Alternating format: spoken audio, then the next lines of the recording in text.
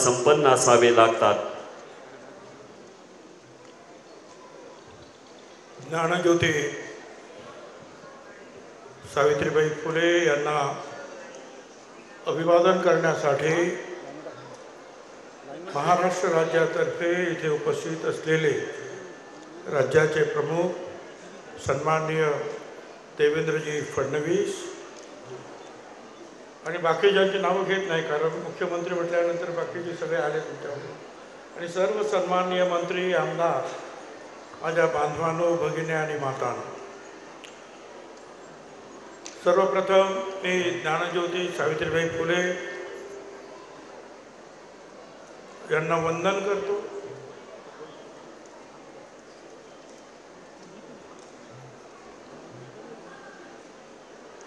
आज आपण पाहतो आहोत मुख्यमंत्री येतात म्हटलं की कार्यक्रमाचं स्वरूप सुद्धा बदलतं, आणि हे जे काही स्वरूप बदललेलं आहे, स्वरूप बदललं म्हणजे जरा मोठ्या प्रमाणावर सगळं सरकारी कर्मचारी, सरकारी अधिकारी कामाला लागलेले आहेत। हे सगळं जे होतं आहे ते मुख्यमंत्री महोदय आपण आल्यामुळे जो आहे हा सगळा मोठा बदल जो आहे आपल्याला दिसतो आहे। मला म्हणूनच आपण आल्याबद्दल मला खूप आनंद आहे आणि मी आपले आभार मानतो। या ठिकाणी मला पहिल्यांदा मी ज्या वेळेला सावित्रीबाईंना वंदन करतो आहे त्याच वेळेला आमचे एक स्वर्गीय मित्र हरी नरके यांची सुद्धा मला आठवण येते, त्यांना सुद्धा मी अभिवादन करतो। ते याच्यासाठी 2000 सालामध्ये महात्मा ज्योतिराव फुल्यांचा फुलेवाडा तिथलं स्मारक झालेलं अगोदर होतं, पण सावित्रीबाई फुलांचं स्मारक इथे नव्हतं। ते हरिभाऊ नरके, हरी नरके विचारवंत, ते मला घेऊन इथे आले आणि त्यांनी मला दाखवलं की इथे या घरामध्ये सगळं पडलेलं होतं, या घरामध्ये सावित्रीबाईंचा जन्म झाला। म्हटलं आता काय करायचं, म्हटलं आपण एक करूया। खरं म्हणजे फंड्स नव्हते, पण मी त्यावेळेला MLC होतो आणि MLCचे जे फंड्स होते ते सगळे इथे वापरायचे ठरवले। चंद्रा अय्यंगार म्हणून त्या अधिकारी होत्या, जे प्रधान सचिव नंतर पुढे आणखी झाले, त्यांनी पूर्ण मदत केली। आणि आणखी खरं सांगायचं तर MLCच्या फंडातून जे आहे एक पुरातत्व खात्याचा आर्किटेक्ट मिळवून गावातलं निरीक्षण करून त्या गावातील घरांसारखं घर उभं करण्याचा आपण प्रयत्न केला। हळूहळू हळूहळू कार्यक्रम वाढत गेले, लोक येत गेले। अनेक लोकांच्या लक्षात येत नव्हतं अगोदर की या जागेचं महत्त्व काय, पण या सगळ्या गोष्टी ज्या आहेत, शिवछत्रपती असतील, जिजामाता असेल, सावित्रीबाई फुले, महात्मा ज्योतिराव फुले, डॉक्टर बाबासाहेब आंबेडकर, अण्णाभाऊ साठे, अहिल्याबाई होळकर, हे अनेक जे आहेत ते आपले दैवत आहेत। यांचं स्मरण करण्यासाठी त्या ठिकाणी आपण एक एक स्थळ जे आहे एक स्मारक म्हणून निर्माण करायला पाहिजे। सावित्रीबाई फुल्यांचे अनंत उपकार तुमच्या आमच्यावर आहे, शिक्षणाच्या बाबतीमध्ये तर आहेच आपल्याला पाहिजे। आणि सगळ्यांनी सगळे सांगतात की शेणाचे गोळे त्यांना मारले, दगड मारले, कुणी मारले, ते तुम्ही आम्ही सगळ्यांनी, केवळ ब्राह्मणांनी नाही, हे लक्षात घ्या। महात्मा ज्योतिराव फुल्यांना मदत करणारे जसे विरोध करणारे होते तसे मदत करणारे ब्राह्मण सुद्धा होते, भवाळकर होते। भिड्यांचा वाडा आपण म्हणतो तिथे शाळा, ते भिडे ब्राह्मण, परांजपे होते, भांडारकर होते। जसे मदत करणारे होते विरोध करणारे सुद्धा होते। आणि त्यावेळेला अंधश्रद्धेचा पकडा एवढा होता आमच्यावर की आमचे सुद्धा लोक दगड मारायला काही मागे होते अशातला भाग। त्यामुळे महात्मा ज्योतिराव फुल्यांचा विरोध हा ब्राह्मण्यवादाला होता। सत्यशोधक चळवळ सुरू झाली आणि फुले दाम्पत्य गेल्यानंतर ब्राह्मण आणि ब्राह्मण्येतर अशा प्रकारचं स्वरूप त्याला प्राप्त झालं। आपण इतिहासात जर सगळं पाहिलं आणि अभ्यास केला तर हेच आपल्या लक्षात येतं की हे कधी कसं झालं. मदत करणारे ब्राह्मण होते, विरोध करणारे ब्राह्मण होते. पुण्यामध्ये महात्मा ज्योतिराव फुलेंचा पुतळा उभा करायचा ठराव पास झाल्यानंतर आपल्याच काही लोकांनी विरोध केला. 36 वर्ष लागली आणि नंतर पुतळा उभा राहिला पुण्यामध्ये. त्या सावित्रीबाई फुल्यांचं मी जास्ती सगळ्यांना माहिती आहे, पण एकच गोष्ट सांगतो. आणि विशेषतः करोनाच्या काळात मला त्यांची फार आठवण यायची. कारण ह्याच सावित्रीबाई फुल्यांचं जे आहे काम करत असताना त्यांनी जे आहे महान सगळ्यांची सेवा केली. आणि त्यावेळी ते म्हणायचे, महार मागाची करते मी सेवा आवडीच्या देवा, स्मरून या सेवा सत्य धर्म देई समाधान, ठेव शांत मन आपले रे. मुलींच्या शाळा काय उत्तम चालवल्या. सरकारनं त्यांचं कौतुक सुद्धा केलं. आणि मग पुढे महात्मा ज्योतिराव फुले गेले. 1886ला दुष्काळ पडला. सावित्रीबाई फुल्यांनी जे आहे दुष्काळाचे कॅम्प सुरू केले. मुंबईमध्ये हिंदू मुसलमान दंगा झाला. सावित्रीबाई फुले पुढे झाले. हजारो लोकांचा मत तिथे गोळा झाला. त्यांनी ती दंगल शांत केली. आणि पुढे जे आहे 1897 साल उजाडली. प्लेगची साथ सगळीकडे सुरू झाली. औषधं नव्हती. त्यावेळेला प्लेग झाला. इथे सरकारी ब्रिटिश अधिकारी त्याला उचलून कुठेतरी नेऊन टाकायचे. सावित्रीबाई फुल्यांनी जे आहे शेकडो माणसं रोज मरायला लागली पुण्यामध्ये. सावित्रीबाई महात्मा ज्योतिराव फुल्यांनी ज्या बालहत्या प्रतिबंधक गृहामध्ये 40 महिलांचं बाळंतपण केलं, त्यातली एक ब्राह्मण महिला, तिचा मुलगा यशवंत, त्याला डॉक्टर केलं. आणि सावित्रीबाई फुल्यांनी सांगितलं की यशवंता, आपण यांची सेवा करायची. आणि पुढे त्याला बोलवून घेतलं. त्यांनी दवाखाना घालायला लावला.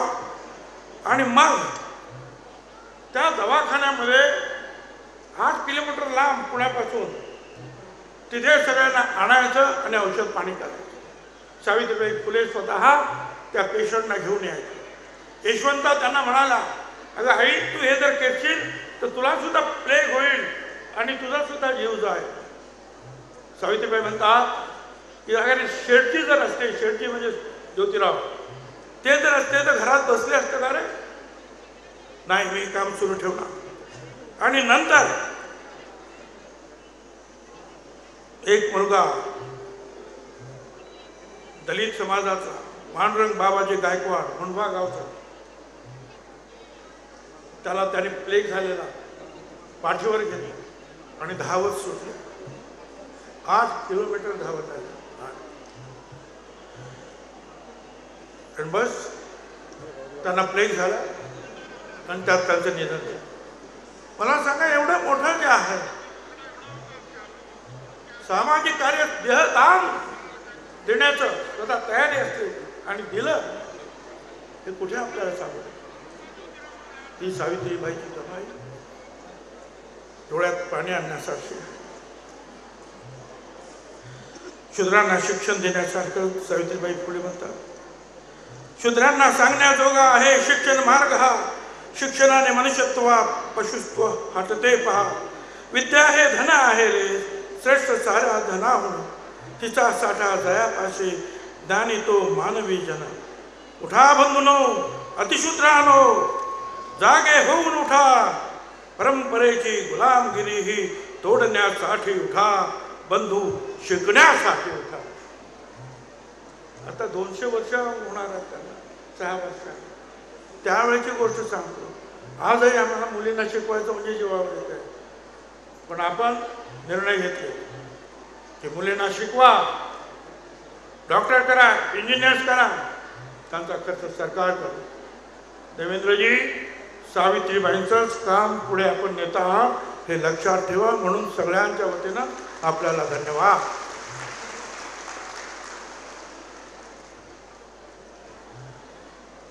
कामं तर खूप आहे. सरकारनं खूप कामं केली.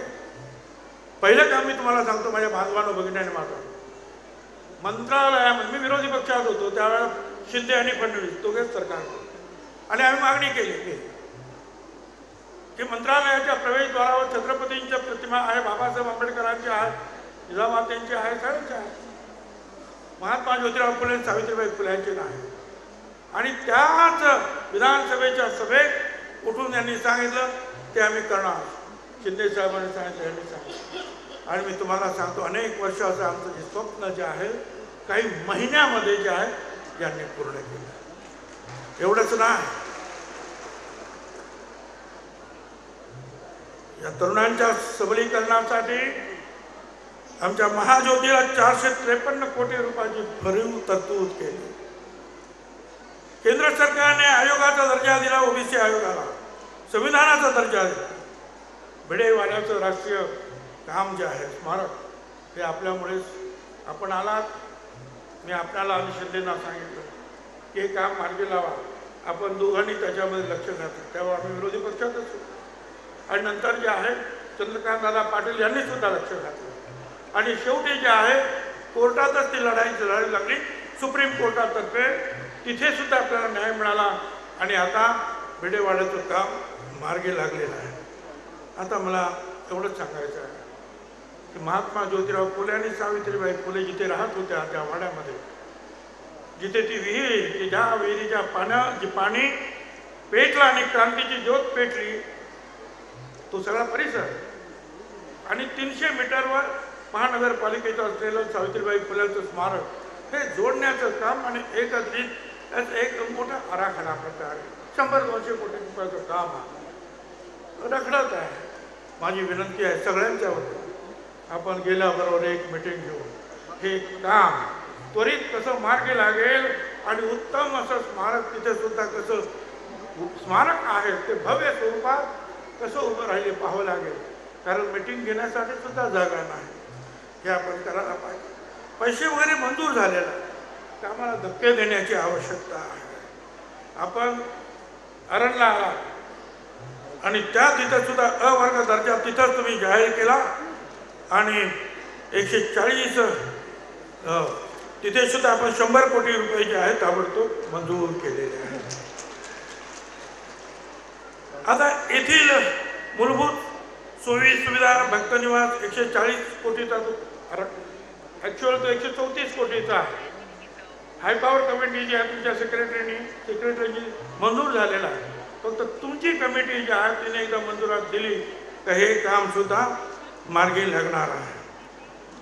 आणि आता इथे दुसरं एक काम होतं की माझ्याकडे पर्यटन खातं असताना इथे जे पर्यटन निवास आपण जागा घेतली आणि 4-5 कोटी खर्च केले. आता त्याचा उपयोग आपल्याला अजून होत नाही. 200 मुलींसाठी जे आहे राष्ट्रीय संरक्षण प्रबोधिनी NDA सुरू करण्यासाठी 180 कोटीची तरतूद आहे. पण त्याच्यासाठी 10 एकर जमिनीची आवश्यकता आहे. आता आपण आला आणि सांगितलं, माझी खात्री आहे की आजूबाजूला कलेक्टर आहे, CO आहे, ऑफिसर आहे, आपण त्याचं उल्लेख करून घ्या. ताबडतोब ही जागा दिली तर हे सुद्धा काम होईल आणि मुलीसुद्धा जे आहे NDA मधून प्रशिक्षण देऊन बाहेर पडतील. आता फुलेवाड्याचं मी तुम्हाला सांगितलं. साहेब आणखीन काही गोष्टी सांगायच्या मला की सावित्रीबाई फुल्यांचा पुरस्कार दिला जात होता. काही वर्षापासून तो बंद आहे. माझी विनंती आहे की तुम्ही याची एक ऑर्डरच काढली पाहिजे की त्या वर्षाचे सावित्रीबाई फुल्यांचे पुरस्कार या 3 जानेवारीच्या या कार्यक्रमामध्ये त्या जे कोणी असतील ते सामाजिक काम करणार त्यांना हे पुरस्कार याच दिवशी दिले गेले पाहिजे. अशा प्रकारचा जो ऑर्डर ही आपण काढली पाहिजे आणि हा पुरस्कार पुन्हा एकदा सुरू झाला पाहिजे. आणि त्याचबरोबर महात्मा ज्योतिराव फुले आणि सावित्रीबाई फुले यांचं जे वाङ्मय आहे, साहित्य आहे, गेली कित्येक वर्ष जे आहे त्याची परत त्याचं पुनर्मुद्रण झालेलं नाही, छापण्यात आलेलं नाही. फार वर्षापूर्वी म्हणजे 25 वर्षापूर्वी छापलं, 10-10 रुपयाला आपण त्यावेळेला ते विकलं. त्याच्यानंतर ते छापण्यात आलेलं नाही. सध्या ते मिळत नाही. आपण ते करायला पाहिजे अशी माझी आपल्याला विनंती आहे. आणि तुम्हाला एवढंच सांगतो हे आपण काम करा. आणखी काय आता तिच्या सातारचे मंत्री आहेत सगळे, गोरे आहेत, त्यांनी सुद्धा लक्ष घातलेलं आहे, आनंद आहे. आणि तुमच्या नेतृत्वाखाली हे सगळं काम जरूर उभं राहील. आणि मी एवढंच सांगेन, वाकिफ कहा जमाना हमारी उड़ान से, वाकिफ कहा जमाना हमारे उड़ान से, वो और थे जो हार गए आसमान से. मी एवढंच सांगेन, ज्या पद्धतीनं आपण काम करता आहात त्याला सावित्रीबाई फुले, ज्योतिबा फुले, ज्योतिराव फुले, छत्रपती सगळ्यांचाच आशीर्वाद आपल्याला आहे. यशस्वी व्हा. धन्यवाद. जय ज्योती, जय क्रांती. धन्यवाद. धन्यवाद सन्माननीय छगनजी भुजबळ साहेब, आपण या ठिकाणी बोलला आणि यानंतर तुम्हा आम्हा सर्वांशी